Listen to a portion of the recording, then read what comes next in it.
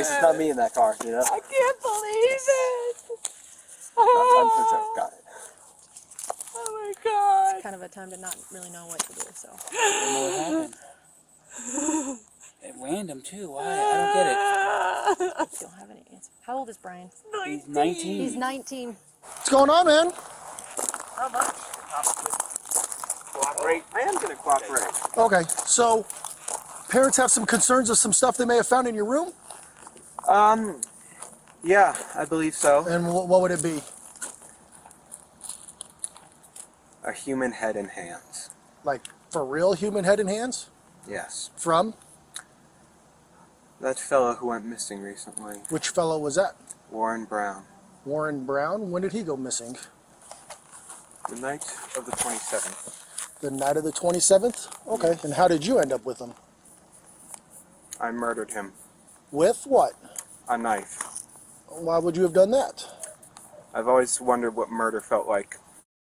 2021, Grand Junction, Colorado. It's the first day of March, and Warren Barnes, a 69-year-old man known to hang outside of Monique's Bridal and Formal Wear on Main Street in downtown Grand Junction, hasn't been seen since Saturday, February 27th. If you've ever been downtown, you guys would see him. He walks familiar. Main Street. Yeah, he's Brett always probably knows him if he's talking to him. he's always on Main Street just with his backpack, just walking and coming down to the shop to sit in his chair pretty much. How do you know Warren? I own Monique's Bridal downtown, and I give him a chair to sit and read his books. Is it a homeless gentleman? He's not homeless. He stays in a place. He pays for a room every day. He comes back in the shop because we keep his chair inside the shop to deter other people from sitting in it behind my shop. The woman speaking with police is Monique Lenati. Her business has been mainstay in downtown Grand Junction since 1995. Monique and her daughter spent time getting to know Warren over the 4 years he's been a fixture behind her shop. He loves reading, feeding birds, and eating Subway sandwiches. To outsiders, he may have appeared unhoused or out of work, simply because he wore the same clothes every day. But Warren is different. He works for a company that does just like temp agency, and they were the ones that actually contacted me because he's never missed work, and they know that he sits behind my shops. So every morning it's around 6? Yeah. Without fail? Without fail. 7 days a week? Yes. He is there every morning. All by himself? Yeah. Those who know him quickly take a shine to his kind and gentle soul. And he's the nicest guy ever. Rough looking, but he is the nicest guy. And he buys Pall Mall Red 100s every day and a donut. Warren Barnes is quiet and never bothers anyone. He passes the time reading books, so the locals dubbed him the Reading Man. But I know he goes to the library a lot as well, because he, like I said, he reads books. Loves to read. And Warren has a routine, one you could swear by. So when he didn't show up to work on Monday morning, March 1st, his employers at the temp agency were concerned. what raised concern with you today to report him missing? Because the place People Ready called to see if I had seen him because he didn't show up for work, and he's never once not shown up for work in the 4 years he's been working for them. So I said no, and that I hadn't seen him since Saturday. I don't know, I just have a really bad feeling because it's unlike him. And that's the weird thing is I said, I'll see you tomorrow. He said, I'll be here, I'll see you tomorrow. And then I didn't even think about it when he wasn't there, really. Does he ever have anybody sit and read with him or No. next to him? Mm-mm. Has he mentioned talking to anybody? No, he doesn't associate with a lot of the transients because he's not like them. He's very intelligent. I don't know why he's homeless. I never really got into why he chose, I'm sure you asked him. Did he ever talk about his family or where he came from? So he has, I believe, at least one child, but they don't talk. Okay. And he said that they talk maybe once every 3 or 4 years on a holiday, but that he hasn't spoken to So he them, probably didn't go for a visit. No.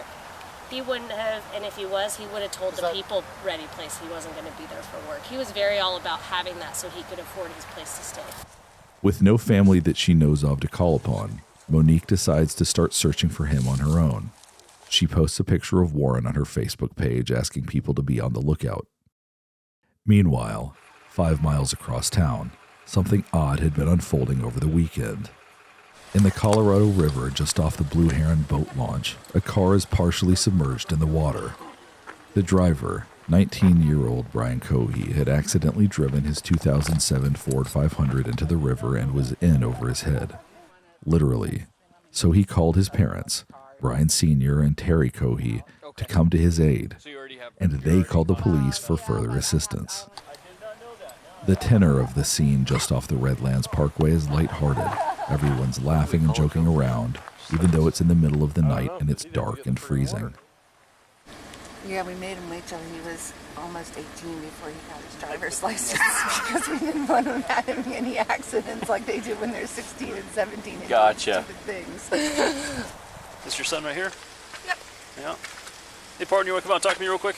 Sure, I mean, Appreciate it, man. I'm really cold. Is it okay if it's in here? That's Because fine. Pants because he had Okay. That's fine. I did not know that. No, that's, please stay in the car. All right. Nobody else in the car? Nope. No, Okay. it's just us. I'm the father, that's the mother, and this is our son. He just called us Sounds 20 good. minutes ago and said, Dad, I parked at the boat ramp and I messed up. I tried to get out of the car and it slid down. Well, you're not hurt, right? You're okay? no, just a little Okay. cold is all. Beside your pride a little bit. And probably $7,000. Okay. All right, man. Do you have your ID with you, driver's license by any chance? I do. Thankfully. What were you doing down here, bud? Well, I felt like I needed to get out, Okay. and I figured, why not park here and just relax a little bit? relax and think. Okay. And I parked on the boat ramp, Okay. and I thought it would be easy to get out. Uh-huh. But when I tried to, Where did you park exactly? Were you down the hill a little Oh, bit? yeah, just a little bit. Okay. And then When he got back in, go ahead. when I got back in, I tried to put it in drive, Mhm. and it didn't go up. So then I tried putting it in low gear, shimmying it a bit. That didn't work. Were you facing down? No, at I this was point, or were facing. you I was facing facing this way? up. Okay. You back down?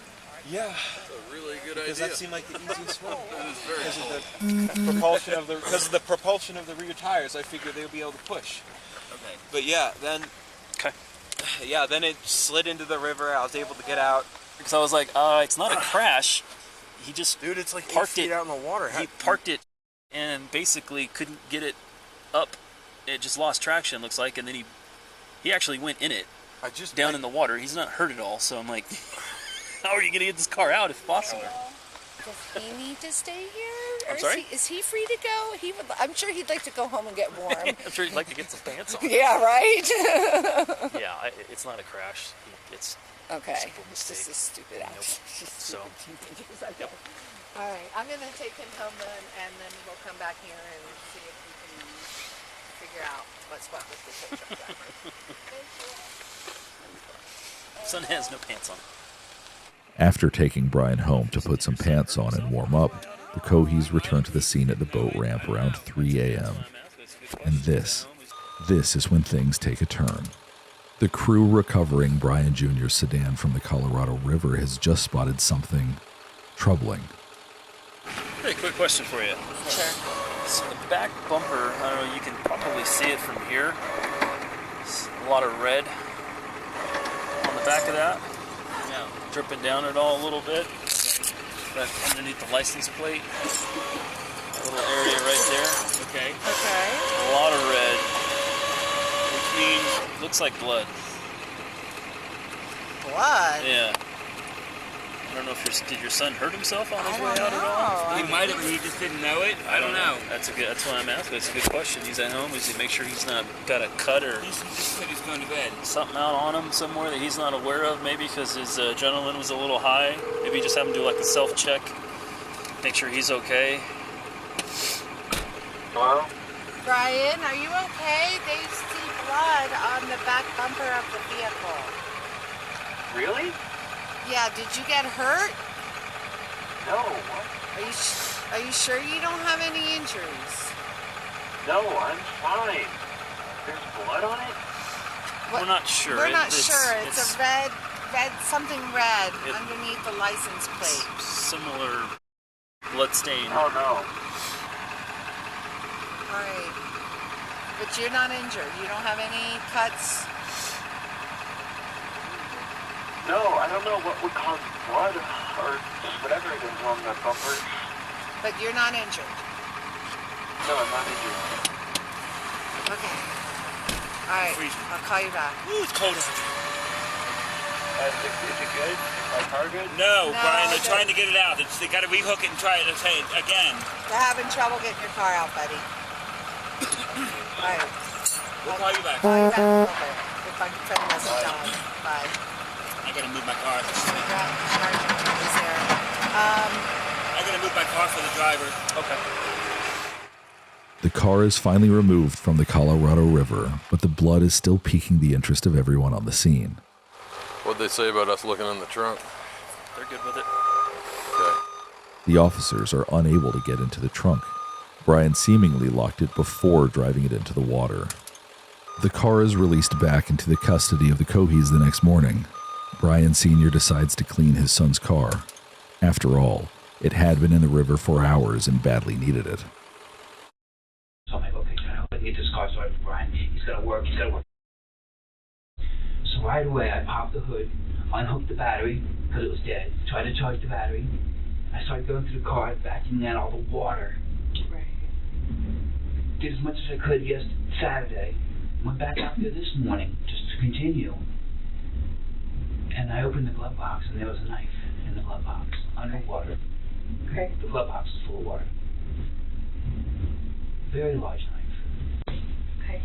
And then, as I go around the passenger door, I open the passenger door, and there's a wallet in between this door and the gun or whatever. Okay. And I open up, that's not Brian's wallet. It's frozen solid. I'm like, oh my God, that's not Brian's wallet. Between the blood on the bumper, the knife, and the stranger's wallet, Brian Sr. had some questions for his son. Okay. But first, he makes a phone call to a company whose business card was found in the wallet. That's not Brian's wallet. So I take him aside, and I ended up getting one of the wads of cards out. There's a labor ready. I read that, so I called labor ready, and then another one, there was a social security card. Okay. I was like, hey, this is a weird call, but I've got a wallet here with so-and-so's name, and I'm hoping he works for you all, or you subbed him out or whatever. Oh, yeah, my one, we've been missing him. Yes, he didn't show up today. I'm like, oh my God, now we've got a missing person. Okay, well, I found his wallet at Blue Hen Program. So here's my name, here's all my information. If you get a hold of him, tell him I've got his wallet here at my house. Okay, so I left that like that. Brian Sr.'s next phone call is to Brian Jr. Call Brian. Brian, what's going on? Why is there a wallet in the car? Oh, I found it down at the book ramp when I was down there walking around. Okay. And he was so sincere. I took it all. I want to believe him. He's my son. Sure. You found him, well, fine, have him, and all this going on in the last 2 days. Well, how come you didn't tell us about the wallet? Dad, I was just so excited with all the going on. My car getting towed. Look, it's wet now. It won't start. I just didn't think about it. I didn't think it was important, Dad. I'm like, Brian, who is this one, whatever guy? Mm-hmm. Dad, I swear to you, but bottom, I only know one more, and he's my school friend. It's not him. I believe him. Unbeknownst to Brian Sr., his wife Terry, who operates a child care facility out of the home, is almost simultaneously making a chilling discovery in her son's room. And then I started working on my house, doing some drywall repairs, just doing other things. Left the car alone, didn't let it dry out. My wife called, get over here right now. Drop everything, leave right now. 111 is John. What's the address emergency? Hi, there is an emergency. I found something in my son's closet wrapped in a plastic bag. Okay, what was it? I think it's a human head. It's a what? I think it's a human head. Why do you think it's that? Because it looks like it's all an ear. Is it bloody or does it like anything like that? I just told you to come. So I had to take a picture and send it to you. What's the address? Is your son there now? He just pulled up. We wanted to make sure he was here before we called. How old is he? 19. He's had a little bit of a fascination with the morbid, but he was channeling it, I thought, into becoming a crime scene investigator, but not so much. Do you think he's going to be cooperative with us? I don't know. I don't think he'll be violent. Just came back from his friend's house. Does he have any weapons in his room, or do you guys have any in the house? I don't know. I think that he has a shotgun, but we can certainly remove it immediately before he gets in his room. He's out by the car now, so. Is the bag still in the closet? No, it's in my kitchen sink. And there's a secondary bag that I have not opened. Brian, Officers from the Mesa County Sheriff's Office respond to the Cohee residence on South Broadway. At this point, all the children in Terry Cohee's daycare have been picked up by their parents. Outside the home, at the end of their gravel driveway, Brian Sr., Terry, Brian Jr., and Brian's brother Andy await police. Okay, so parents have some concerns of some stuff they may have found in your room? Yeah, I believe so. And what would it be? A human head and hands. Like, for real human head and hands? Yes. From? That fellow who went missing recently. Which fellow was that? Warren Brown. Warren Brown? When did he go missing? The night of the 27th. The night of the 27th? Okay, and how did you end up with him? I murdered him. With what? A knife. Why would you have done that? I've always wondered what murder felt like. Okay, where did you do that at? Underneath the bridge. Which bridge? The one past. Okay. Near the weird intersection. Okay. Do you have anything on you that's going to cut, poke, hurt, stick me anything without reaching for nothing? Don't reach for nothing. My phone and my wallet, that's okay. it. Well, I'm going to have you face that way. Put your hands on top of your head for me real quick. I just want to make sure you interlace your fingers for me real quick, all right? Go ahead. Phone? Okay. How do you know this guy? They told me that was what was in the wallet. What do you mean that was? No, Brian, how did you come across this guy? How'd you come across the gentleman? I was driving. Uh-huh. And I saw a strange shape near the railway. Uh-huh. So I parked my car and investigated it. Okay. And I found it to be a man sleeping. Okay. Where's the knife at? It is in my sunken car. Well, it's in my car. I had that previously sunken. This is going to be an investigation, and I'll take it from there. Okay. So, did that happen when you crashed your car? Or is that totally different? That's related, but a different event. Okay. How's it related? Well, when I killed him, I tried disposing of his body by putting it in the river. But I parked too low in the river. And where's the rest of his body at? Huh? Where's the rest of the body at? What parts? The body, Brian. Where's his body? Down the river. Okay. I'm going to have you walk over here. You're going to sit in the back of my partner's patrol car for a minute, okay? Not yet. Okay. Just sit back there and hang out for me, okay? 200-pound, 6'1" Brian Cohee is cooperative and polite, if not a bit awkward. The female officer from the Mesa County Sheriff's Office helps the 19-year-old into her patrol car. How are you? I'm good, sir. How are you? You said your name's Brian? Yeah. I'm not feeling too well. You're not feeling too well? All right. No, these past few days I've been very, very anxious. That's understandable. So what we're going to have you do here is I'm just going to have you sit in the back here, okay? Go ahead. I'm going to turn on the air for you in a second. Thank you. That way you're not too hot. Are you a hot-blooded or cold-blooded kind of guy? I am very cold-blooded. I prefer cold. Well, no, actually, sorry, hot-blooded. Hot-blooded. So you prefer the cold. Okay, fantastic. Thank All you. right. So hop in here. I know you're tall, so it's a little bit of a tight squeeze, but like I said, I'll get that air on for you. Sorry about that. It's all right. Meanwhile, the male officer needs to go inside the house and see for himself if there actually is a human head in the sink, like Terry Cohee claimed in her 911 call. Can you walk me inside, please? Let's walk you off through this, what happened in the beginning. Okay. Let me do it. You go inside. Well, let's stay out here with me for a minute. Sit down. Come on, sit down, baby. Can I go in there and verify here first? Oh, yeah, please. We haven't seen it. Yeah, we haven't Okay. looked at it. It's under the towel in the sink. Okay. Yeah,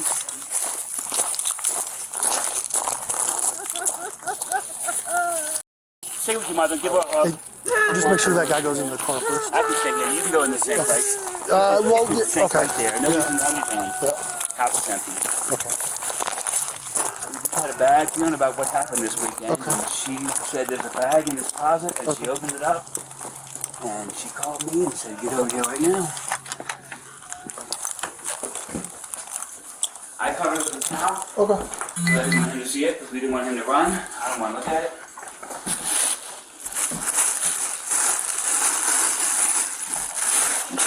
Yep. 2242, you clear for a call? Got my water. All right, I'm giving you a call. Let me know when we want to start. Yeah, let me get this figured out.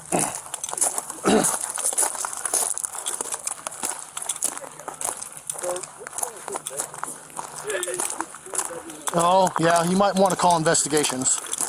So, oh yeah, he already, I asked him what was going on. He said, I killed a guy. I stabbed him. That's his head. I dumped his body in the river. So I guess this guy's name is like Warren Brown or something.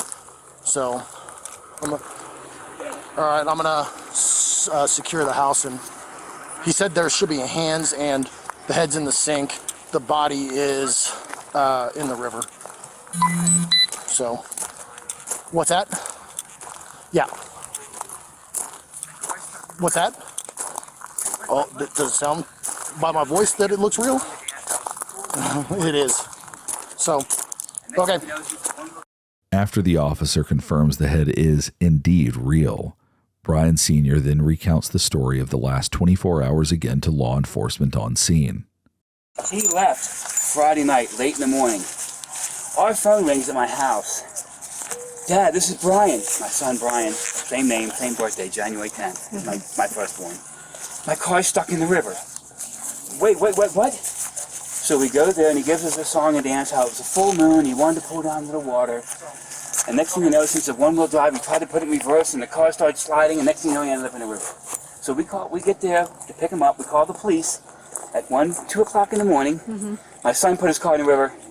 So they called a tow truck company. We called 4 tow truck companies. Couldn't get the car out of the river. Where's the saw car blood all over the bumper. Where is the car? So we towed it to Scotty's to see if they could fix it. So I called Scotty's and said, "Don't touch it." Okay. I already called him and said, "Don't touch it." Nothing was taken out of the vehicle. Yes, you know. I did. Yes. What did you take out of the vehicle? I cleaned it up. Bottles, everything, incriminating Do you know stuff. where that stuff is? Yes, it's all at the house. It's all at the house. Yes, Okay, yes. in a bag. No, I didn't know this had happened first, so I'm thinking I'm going to get Brian's car cleaned out, we're going to get it all fixed up, call Scotty's, they're going to start it up. Right. But then things started unfolding. Okay. We saw blood on the bumper. We asked Brian, Brian, what's this from? Oh, I think I cut my finger. Okay. What else has got on? I found a wallet, so I'm going through the car this morning, and there's a wallet in the car, and I'm like, Brian, whose wallet? Oh, I found it at the boat ramp. And where were you going through the car this morning? Because it was at my house. Okay. We towed it to my house. Oh, so now it's at your house. It's at my house. It's not at Scotty's anymore. No, when I found out I couldn't start it, I called the tow truck company, and they towed it to Scotty's this morning. Oh, it just so they just got it. Okay.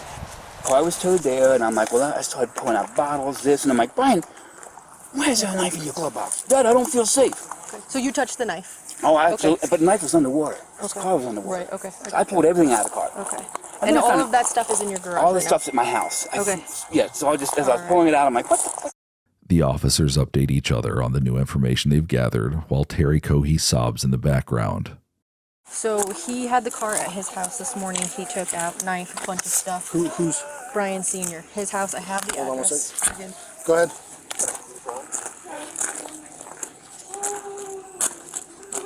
I copy. So I told him we'd hang tight until investigations came, and then he can take them there where all the items are. Go ahead.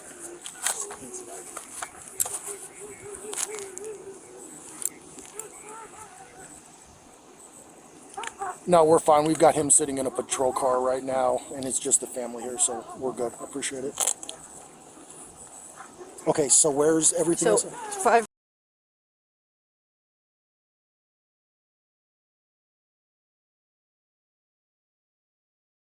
He had the car at the house this morning. He pulled the knife, all sorts of stuff. He said there was blood all over. Okay. Hold on. You're good. Car to car or stuck. We'll also have a second address that'll have to either go through on consent or through a search warrant. It's going to be by Dad's house. He had the car over there and cleaned it out, unbeknownst to knowing what was going on. Dad's super cooperative about taking us there and letting us look at. So I just told him we'd wait till investigations got here and just keep him here. They have another location. I don't believe this is their house, or maybe this is their second house. Yeah, I copied. They're cooperative out here, and our suspect is sitting in a patrol car. While the Cohees await instructions on what to do next, they have some questions. I know you guys have a lot going on right now. It's a lot to process, so we'll work with you every step of the way as much as we can. Yeah.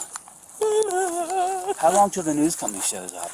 We're going to try to keep it's got a while, so we're hoping. We need to get clearance from you so we can get out of Dodge. Yeah, don't. Because I don't want to. We can't have news in front of me. I run the life jacket program here in town. Okay. That's Biggest me. thing is our investigation unit getting Oh, here absolutely, and talk to you guys. And absolutely, then, sure. Like I said, even if news shows up, we're not going to let them down here. Thank you. So Yeah. Okay. Just focus Don't on let them up there breathing either. They'll and be able to kinda- see stuff from up there too. Well, nobody else should know about this right now. Yeah. Okay. Good. Okay.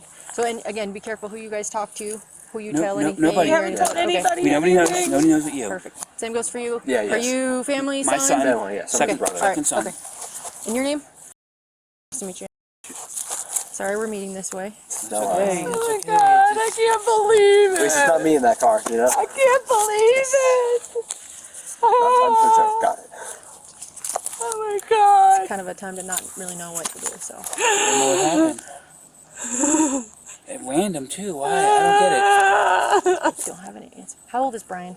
He's 19. He's 19. 110-02. Mom, 19. what's your name?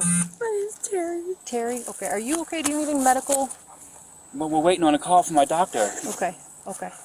All right. So hang tight right here. I got to chat with my partners again. Sure. Okay. Brian, when would you say this? What night did this happen? No, Friday late Saturday morning at This Saturday? 1 o'clock, yes. Okay. 1 o'clock in the morning. Start just this Saturday at 1 in the morning. For what, the car crash? Yeah, the whole incident. It's now time to take the 19-year-old suspect to the station for questioning. All right, Brian. His parents follow the patrol car to the sheriff's office where they will also be interviewed. I've got one male on board. We're en route to the office. On the drive over, Brian Jr. makes light conversation with the sheriff's deputy until he notices where they are. What time is it? It is 2:32.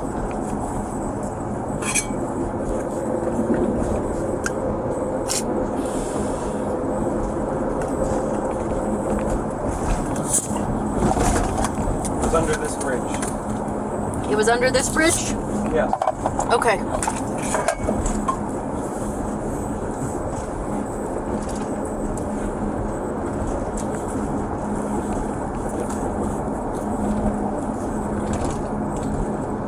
Like right there under the bridge? Or This side of the bridge. And, behind one of these portholes. okay. Stuck with.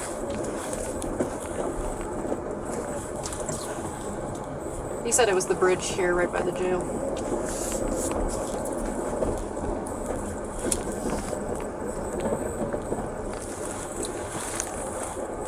From what he's saying, it sounds like overpass, but we'll clarify. A patrol car is sent to inspect the area of the underpass that Brian stated was the crime scene. There, officers are quickly able to confirm he was telling the truth. It's right here. Oh, you see it? Yeah. Because there's an arm. Hey.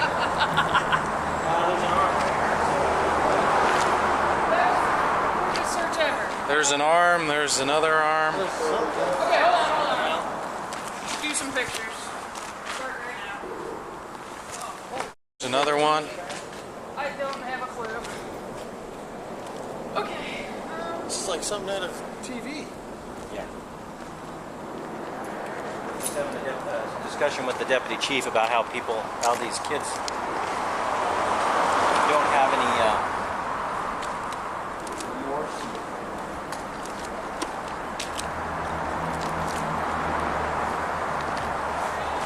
Right, here's a leg.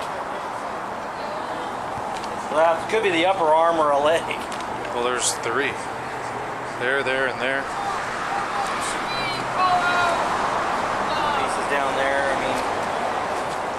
A patrol guy to yellow tape it and then hold it, because the potential is that there's a secondary by the boat launch. Yeah, I would think so. Well, we 'cause can if run you out wanna there go, and look at that, and then if you guys, we can just ask for a. I'm switching to primary, hold on. But if we can get the lab out here, that would be the best thing. Yeah, get forensics out here. After the 8-minute drive to the sheriff's office is complete, the deputy escorts Brian Jr. into the interrogation room. Is Dad cooperative? Everybody's cooperative, including Dad's Brian Sr., son is Brian Jr. They're ready for him. Okay, cool. Let me call parents, let them know to park here, and then we'll have someone meet them out front.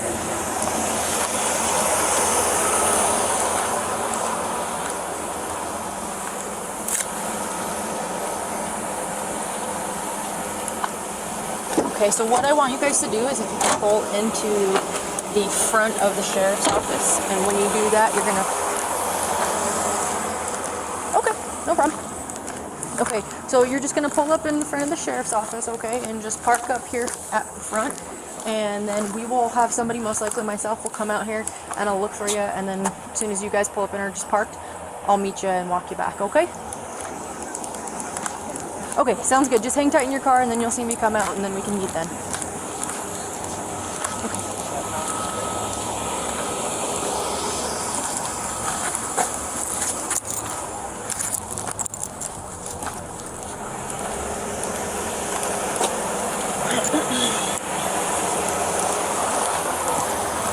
Okay, I'm gonna walk him back. Okay, thank you.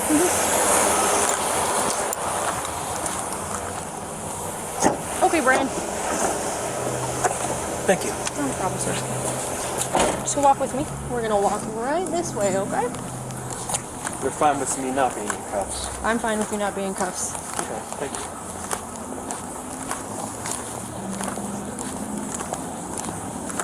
Alright, Brian, open this door for me, please. Oh, let's pull it. There you go. Sorry, I thought You're it was good, you're locked. good. Alright, just face that glass right there for me. Okay. Just walk forward for me, Brian. Alright, slow down. You're a big guy. Slow down. Sorry. You're okay. So we're going to take a right here. Okay, keep on walking. Yes. Walk through these guys here. Oh, I should have a mask. You're okay. Don't worry about it, okay? Keep on walking. Yep. Alright, we're going to take a left. Keep going. Take another left. Hard left. Right here. Right here. Sorry. You're alright. So have a seat, and we'll be with you in a moment, okay? Thanks, Brian. The parents arrive just a couple of minutes after their son. Just follow me all the way down.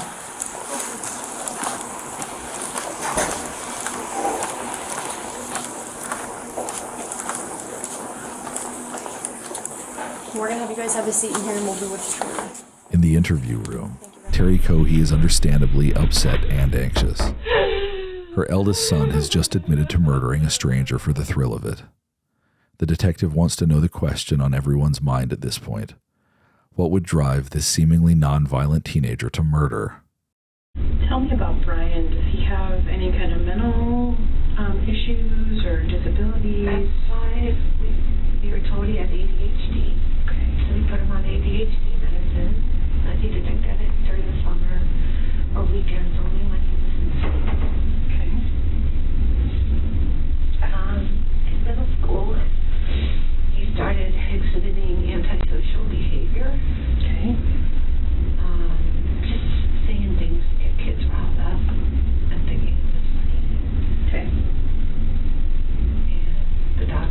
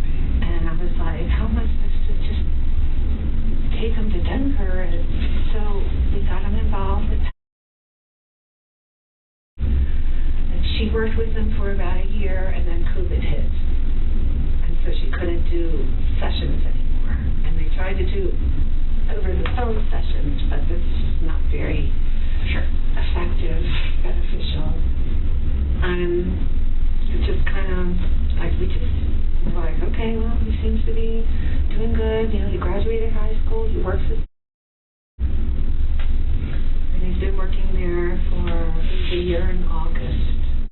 The detective wants to know more about the medications Brian is on and if he's actually taking them. And he said he's not taking his medication, or is he on medications now? He's on ADHD medicine. Okay. That he takes before work. Okay. On his part-time job. Okay. And he takes sertraline, which is an anti-anxiety, antidepressant. Okay. So he's been diagnosed that as well. And to the best of your knowledge, is he actually taking them? Like, do you watch him take them? I don't watch him take them, but I have the alarm set, and every night at 10 p.m. I say, Brian, take your medicine. And he says, I know, I am. Okay. And as I've looked at his pill container, I mean, it's going, seems to be going down. Okay. So I assumed he was taking it. Okay. What about alcohol or any other recreation drugs? No. Nothing like that. When you talked about the school stuff and having lots of issues, what were the issues that they were having that made other kiddos not feel safe? He would make jokes that were not appropriate.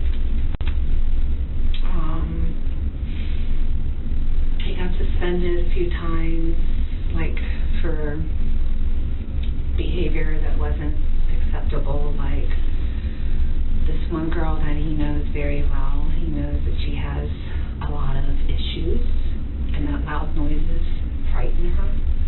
And so, one of his school suspensions was when he, came up to her in the hallway and clapped really loud next to her, knowing that it would put her in a panic, and she cried, and we were like, yep, nope, that's not how, nope. You knew that would upset her, and you did it anyway. And he got suspended for prohibited use a weapon, but there was another boy who brought in nunchucks to school on the school bus, and Brian was like, wow, cool, and I think this was in 11th grade, and so Brian was like, I think Brian had given out some candy to some kids on the bus, and so Brian was like, can I check those out? He's like, I'll bring you in so you could give me some candy. So Brian gave the kid candy, and the next day the kid comes on the bus with 2 sets of nunchucks. One are glass, and the other ones, I guess they're like rubber. I don't know. I never actually saw them. Okay. But so he's like, I know I can't take the glass ones because I'd be in trouble for that. So he took the rubber ones and he put them in his backpack. And his backpack was, I don't know if it was in his backpack or in his jacket. There was some differentiating stories. Okay. But, so the teacher saw them and they said, what's that, Brian? And he was like, nothing, and so Papa Omar, he was like, he has a prohibited weapon on school grounds, and I'm like, okay, well, what about the other kid that brought them in? And they said, that kid doesn't have the behavior issues that Brian has. And I'm like, oh, so you're punishing Brian because he has behavior issues. I see. So, Brian went through probation, and he completed it successfully. The line of questioning pivots to Brian's behaviors and interests. How about stuff at home with you and your husband and your other son? Like any kind of violent behavior or weird behavior, like the stuff with Brian's textbook weird. Okay. He's always, he's either ADHD and we're struggling with social thinking and social behaviors and learning, and it's always been a challenge with Brian. But not violent behavior towards you and your husband. What about other kids in the neighborhood or on the bus? He didn't really, he had a couple of friends that he's had since elementary, but he had a morbid sense of humor and would make jokes, and I'd say, Brian, that is not funny. And he'd go, yeah, it is, Mom. You just don't get my sense of humor,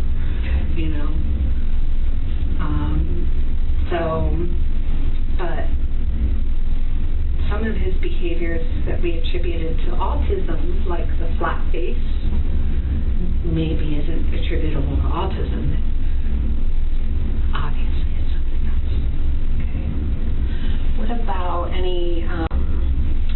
fascinations or things that he fixates on? A lot of perseveration on crime and crime scene.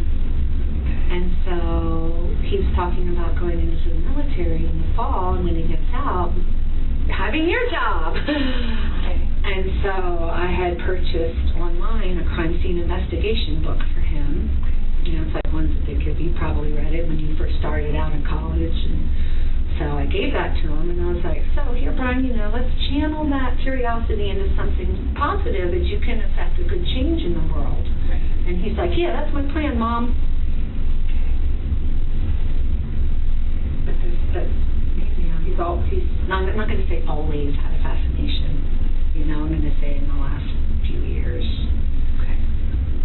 And is it like shows that he watches, or like tries to do things to create a scene? You know what I mean? Like whether it's like animal stuff or nothing. No, like that. he loves our dogs. Okay. You know, I mean, he's very affectionate with our animals. And, you know, he would watch,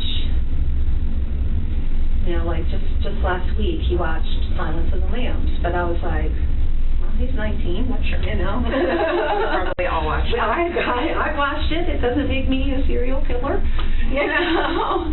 Is there anything else about Brian or the last couple of weeks? No, he's always, you know, sometimes he's affectionate, you know, and every night when I say, I love you, Bugs, and he says, I love you too, Mom, you know, and he gives me a hug, and, you know, he's at work when he's supposed to be at work. He's never, I mean, other than his behavior issues in high school, it's like there's never really been, like, anything legal that was,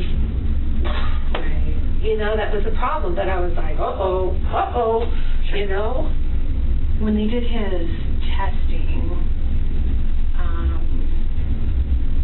and forgive me because I don't know all of the exact language and stuff, but like on the spectrum of his autism stuff, did they kind of give you a range, or did they say we think maybe based on some behaviors They said he was high functioning, you know, that he did the IQ tests well and blah blah blah.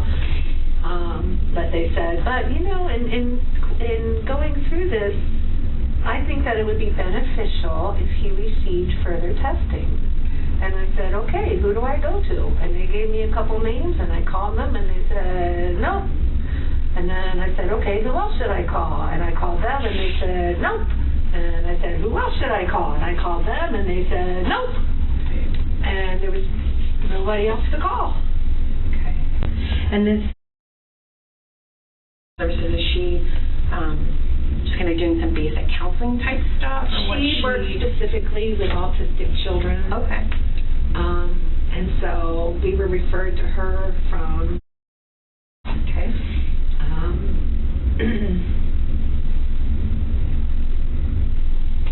And you know, like I said, he was doing group, going in to see her once a week, and you know, and because of everything going on in school, you know, we said, you know, we don't feel like he's a danger to other people or to us, you know.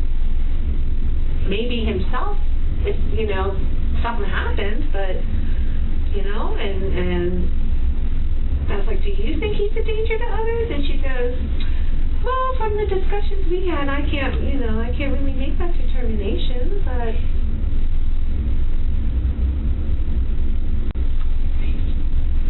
So he must have been going to her for quite a while then. He was seeing her for about a year. He had been seeing her for a year and a half, but he wasn't making any progress with it.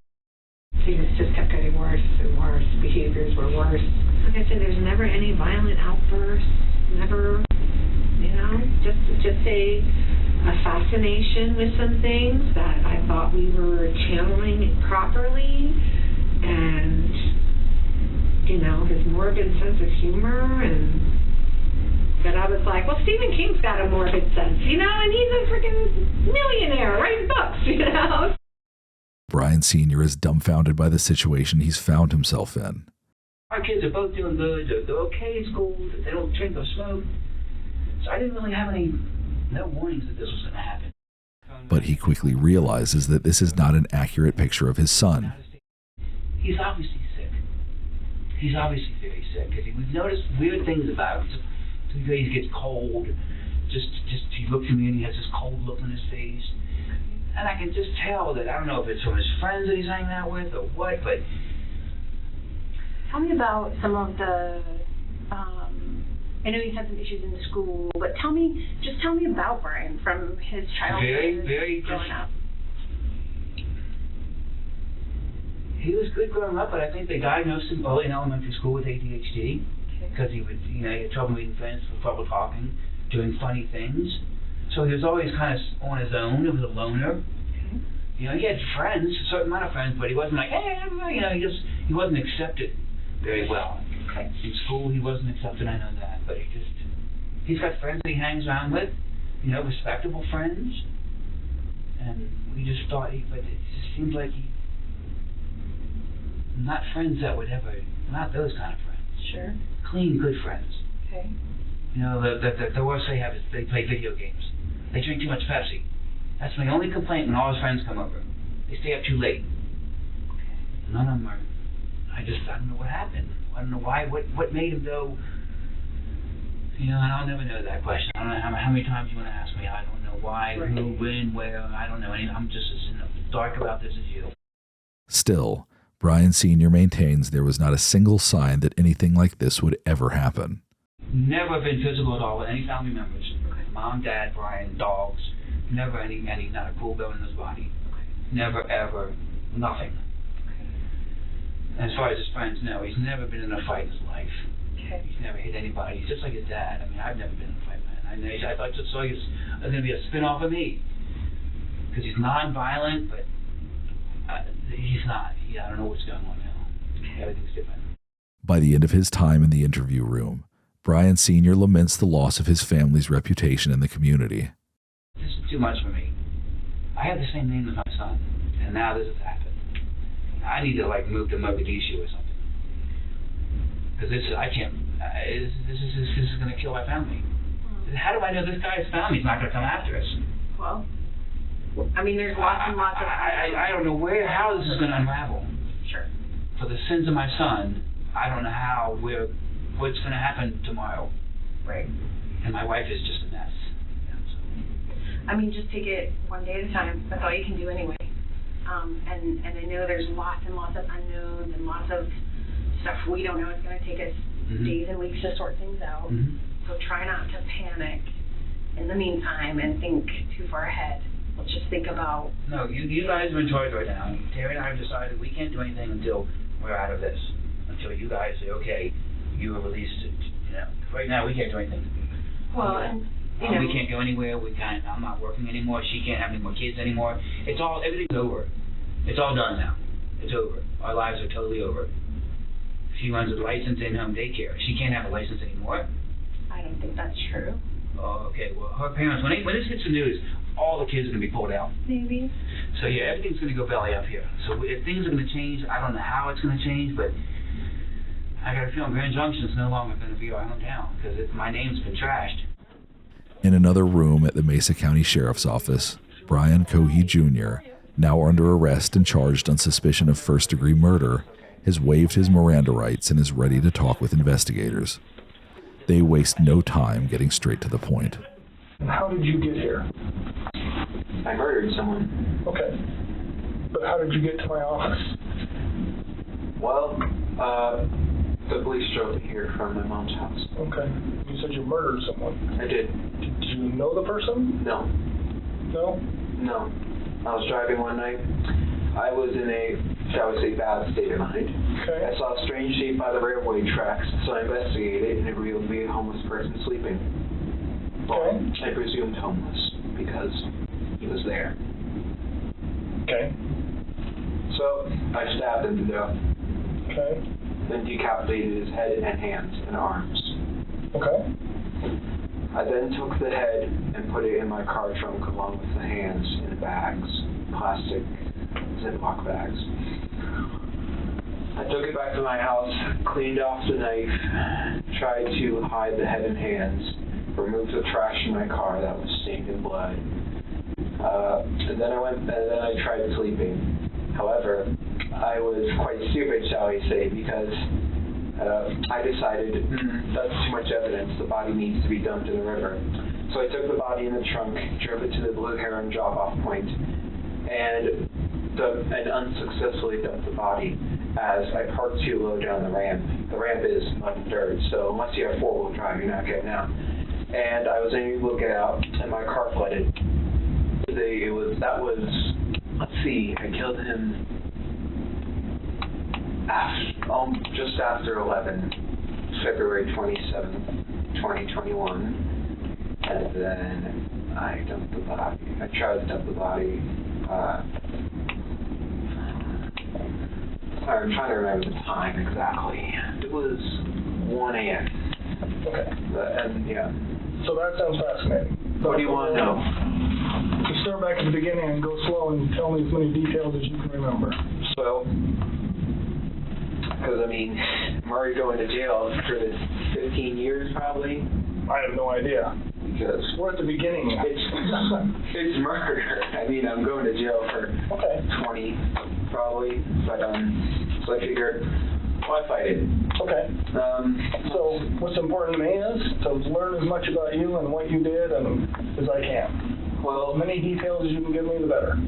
I drive a 2007 Ford 500. Okay. And I keep a small 18-inch bat in there for self-defense. Okay. And a large kitchen knife in the glove box, both for self-defense, because I don't really trust anyone, or really any part of this town, so that's why I have both. And, let's see, yeah, it was the night of February 27th. It was a full moon. And I figured, I can see so well, why not drive out? And I am in a bad state of mind at that time. I have major depressive disorder, so I am not thinking, I shall say, positively. Okay.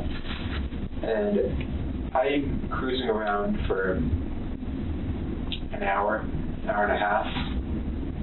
I fill up on gas halfway through, and I'm eventually driving underneath the bridge near the sheriff's office. You know, like how... Can I? Oh, yeah. Go ahead. There's a road underneath, right? Uh-huh. Out under the overpass. And I was driving along, and I see a shape here on the railway track. So I'm like, oh, interesting.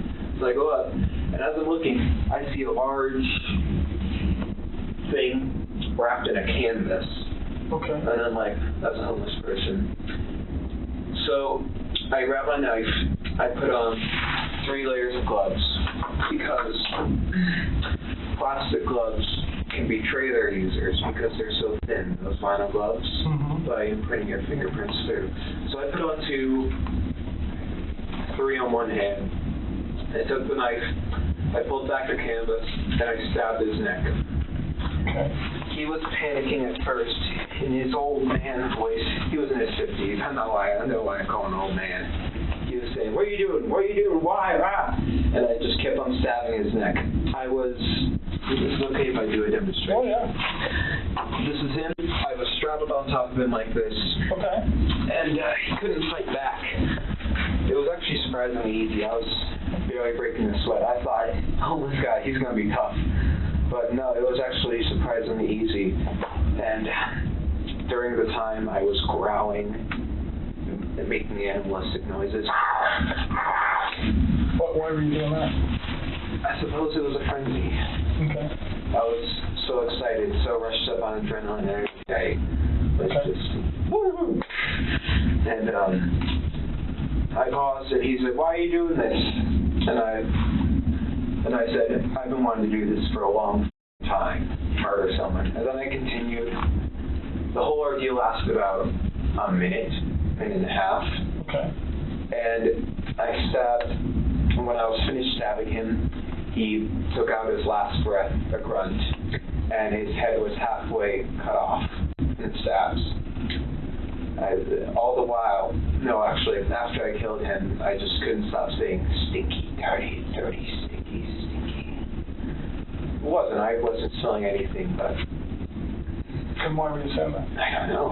Okay. And, But you remember doing it, so... Yeah. I suppose it was just me speaking out my mind at that moment. It was a pouring out of the mind. Were you worried about, I mean, this looks like it's pretty close to the road and stuff, somebody seeing you or catching you? It was 11 p.m., so not many were driving by. Well, it was behind the pillar. So, like, here's the road. It was here. So people would only see a brief thing here and here. So were you worried about them seeing you? I was worried about one of them stopping. What did you think could happen if somebody... Well, if they looked, well, it was quite dark under there, so they wouldn't have seen the guy unless they looked. They would have seen me holding a bloody 12-inch knife, wearing gloves, and wearing a mask to conceal my identity, a face mask. Okay. So you weren't doing it for COVID, you were doing it to hide your face? Partially. Social distancing. Right. Yeah, but no one stopped. And I'm just like, proves the bystander effect. Nonchalantly, the killer goes into chilling and graphic detail about what he did to Warren Barnes' body. We'll spare you the gruesome details. He then tells the investigators what he did with the various body parts once he was home with them. And then I left his body there. And then I took the head, put it in a leftover pizza box from the dinner a few nights ago. And then I took the hands, put them in the back, drove home, hid the hands and head in my room, cleaned the knife, threw away the garbage with the blood on it, and then put the blood stained, wasn't stained, it had splatters on it. I put it in the dish, in the washing machine. What did you put in there? I put the outfit I murdered him in a washing. You were wearing, or? Yeah, I was wearing. Okay. In a washing machine, put it on high speed so it would effectively remove the blood. Wash it twice. And then I tried going to sleep, but I was worried that because there was a hole in my gloves right here, I was worried that they would be able to obtain a partial print. So I figured, why not go all the way? I drove back in a different outfit, picked up his body, surprisingly heavy, put it in my trunk, and drove to the Blue Heron drop-off station. Okay. I parked, so it's like this, right? So let's say this is the ground. The ramp is quite steep, and you need to have four-wheel drive to pull out of it. Okay. And my car didn't. I thought, so I pull in, I thought that I could drive out. Because I put it in reverse, A, so that it's easier to pull the body out, and B, because the back tires would provide propulsion to push up. Right. And I open the trunk, I take his body out, I put it in the water, and because I don't want fingerprints on a body, so I just try moving it with my shoes. That works successfully. He goes out some part in the river and floats off. Okay. God knows where he is now. Investigators are still curious to get to the bottom of Brian Cohee's state of mind at the time he committed the murder. And you talked about you were just kind of in a bad space that night. It was, yes. Okay. Why were you in a bad space? I didn't take my medicine, and plus for years I was wondering what murder would feel like, because like Ted Bundy and the Zodiac, they all say murder is the best feeling in the world. So I'm like, I'm going to try that. Okay. So for some time I had been wondering when it would happen. I always knew I would be in this building, whether it was as a criminal or a police officer. Okay. Because I was planning to go in the military, go into forensics. Okay. All right. And how long do you really, honestly think you've been thinking about really at some point you wanted to know what murder felt like? A year. Okay. All right. And you said you've read books? I read books. I have a book on forensics. Okay. Did you read the book, the Ted Bundy book? No, I have not read the Ted Bundy book. Okay. I probably have seen excerpts. Have you seen, like, little comments from it or things like that? I'm not sure what book you're talking about. The one you mentioned, the whole stuff about Ted Bundy. A lot has been written. No, it was on the internet. Yeah. Okay. All right. And Pete has studied him too. So. Crazy. You seem more like Ed, if you know who Ed. Ed Gain. No, Ed in California. Big Ed. Ed Kemper. Yeah. Studied him? You remind me of Ed Kemper. I know of him. He was a Goliath. He was 6'9", 300 pounds. So can I ask you a question? Almost all those people did this for some sort of, whether they had sex with the body or it was some sexual gratification in their mind? Criminology, there's different types of... I'm not a serial killer by no means. But with serial killers, there's different types of them. There's organized, disorganized, visionary, missionary. I'm just wondering what gets you excited about doing it? Well, I'm not really sexually attracted to it. Okay. I was just asking. It was just curiosity, more or less. And you said you studied criminology and forensics and all that? Not college study or school study. It's like a passing interest. I understand. But what were you worried about, like leaving evidence behind or being caught? Totally. So tell me about that and what you did then. Well, I was figuring the police don't. This is not to be taken offense, but police, they don't seem to care as much about high-risk individuals, homeless people, prostitutes, etc. So I was deliberately looking for someone who lived that type of life. Okay. And I found a homeless person, and the original goal was just leave him there. But I was worried about the fibers on the outfit I was wearing that would be on his clothes and stuff. So I deliberately messed up the clothes. Okay. Not cutting them up, just throwing them around. And I was worried about just how long it would take to find him, because it's a somewhat traveled road. Eventually someone with the windows down is going to smell something off. The police have a nose for that type of thing. They're trained to be able to identify the smell of a corpse. So that's where the river idea came from, because a river will wash away a lot of evidence. Rivers are quite tricky. And obviously that was botched.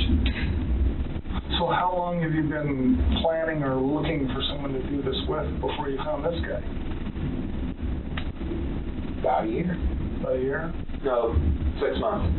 So have you come close or seen somebody or chickened out or anything in the past? No.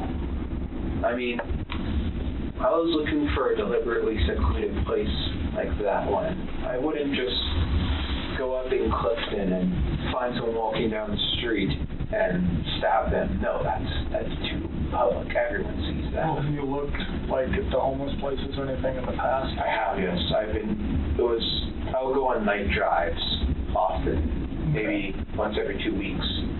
And I would just peruse the streets. Okay. So before this guy, how close had you come in the past? Not at all. Not at all? You just drive around and... Yeah, look, just try and find someone. Is anybody interesting in your mind thought of a plan? Well, occasionally when you see girls walking down the street, I take a glance at them, because it really is like Ed Kemper, where half of me says, well, I'm quite inept with women. I'm being honest, I'm no Casanova. But half of me says, I want to take that girl home and make her feel nice. And the other half of me, it's just like what Ed said, is I want to see what her head looks like on a stick. So occasionally when I'm driving down the road, if I see someone that catches my eye, I'll just like... Were you worried about getting caught while you were doing it, or before you did it? I was worried about afterwards. For this past day and a half, including this day, I felt so anxious. because not only is my car in the river, there's blood on it, there's body parts in my house. My parents like to look through my things occasionally, and when they see blood, and eventually when they're going to get the news that a body was found in the river, that's very much circumstantial evidence that's pointing to me. So I was very much anxious these past days that I was eventually going to get caught. Okay. What did you think would happen if you got caught? Well, I figured my mother would have confronted me about it, but no, she didn't even say it until the police arrived. I thought the police would handcuff me, but apparently I've been cooperational, so... Detectives' line of questioning moves on to the big question. Why now? So what in your life has changed, or what in your mind has changed to make you... I don't know. Was it like something all of a sudden one day you woke up and thought I'll kill someone, or was it a gradual? It was gradual, I think. Call me weird, but I think everyone has had thoughts of shooting up their school. I didn't, though. And then because of that, I suppose I just don't really like people at all. I don't know. So thoughts of shooting to school to today, what has happened? Well, last year my parents found a kit I had been assembling. It had hammers, shovels, knives, large zip ties, duct tape, saw. That was meant for hurting people. They found it though, and they were ready to call the police until I had convinced them it was via other methods, for other things. Like, and it was an ultimatum where if I didn't throw it away, all that, they would call the police, and then I would have been arrested on charges of conspiracy. And what if he hadn't been caught? Would Brian Cohee have killed again? If you had not been caught by your folks, what do you think you would have done next? With the kid? I don't know. No. Let's talk about like today. If you would have been able to get rid of the head, and your folks did not find it. Well, it depends. Okay. Would you guys have been able to solve it if the body was found in the river, the head and hands were missing, and there were no fingerprints of DNA? Well, we'd like to think so, but who knows? Right, who knows? We'd love to think so, but let's say we didn't solve it. What happens next? Then what would you have thought of to do next? Well, I thought I would have been very careful, because I would have been worried at any moment this could become a cold case, and then it could be solved later on down the line. So I probably wouldn't have done it again, because that was just to see what it felt like. And if I had gotten away with it, I would have just kept the secret to the grave.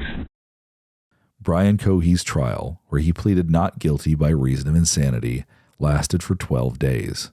Throughout the proceedings, Cohee's attorney argued that his mental illnesses prevented him from knowing right from wrong.